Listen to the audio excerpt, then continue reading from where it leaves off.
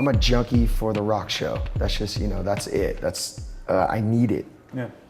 And if we take Kick in the Teeth, sorry, specifically, do you remember when you wrote it? What you... Kick in the Teeth, you know, that was like when we were going through this whole thing where we were leaving our old record company, and as we were recording our new material, they were like, oh, we're gonna release a greatest hits record. And we're like, fuck you. Like, why? Not now. That's not what we want, you know? And it's really just their last desperate attempt at making money off of Papa Roach's music, which they have the right to do. But it's just really against our wishes. You know, it's not where we're at in our career as a rock band.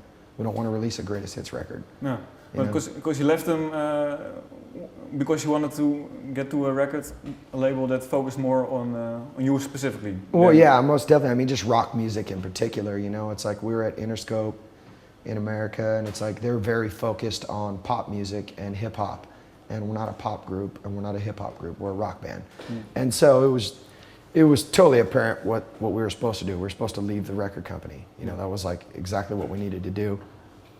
And I'm glad it happened how it did. You know, honestly, I'm really stoked to be. We're on an independent rock label called 11-7, and it's all about rock music.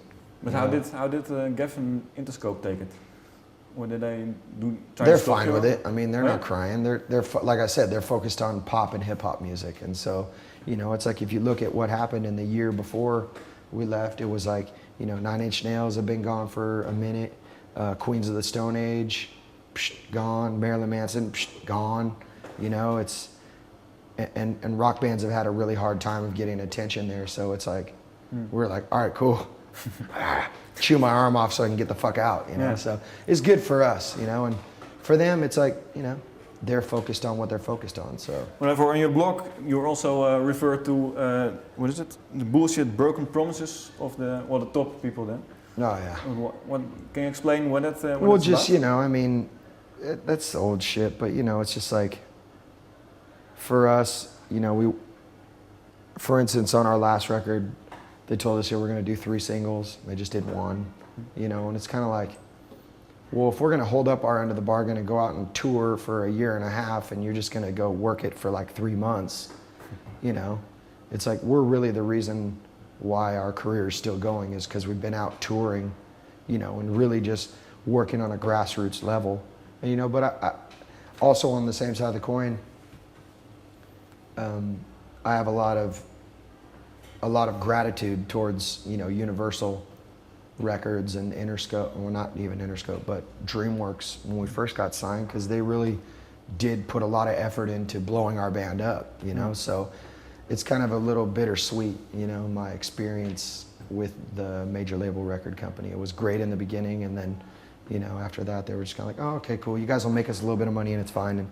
But we're fine now. I mean, look at us. We're in a fucking rock band. We're the ones that have the hearts and the soul and the life and the passion to create the music and create something that we love and go out there and perform it for people. You know, all they get to do is sell little bitty pieces of plastic, you know. They get a lot of money for it though. Yeah, but dude, I mean, at the end of the day, it's like, that's their business, you know, like their business is it's dollars where ours is art.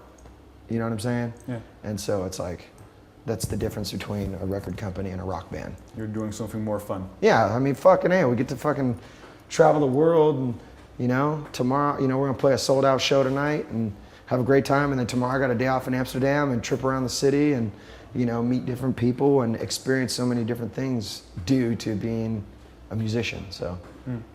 So that was one of the inspirations for Kick in the Teeth? Oh yeah, definitely. That was the final kick in the teeth. They were like, here's the greatest hits. We're like, ah, you motherfucker.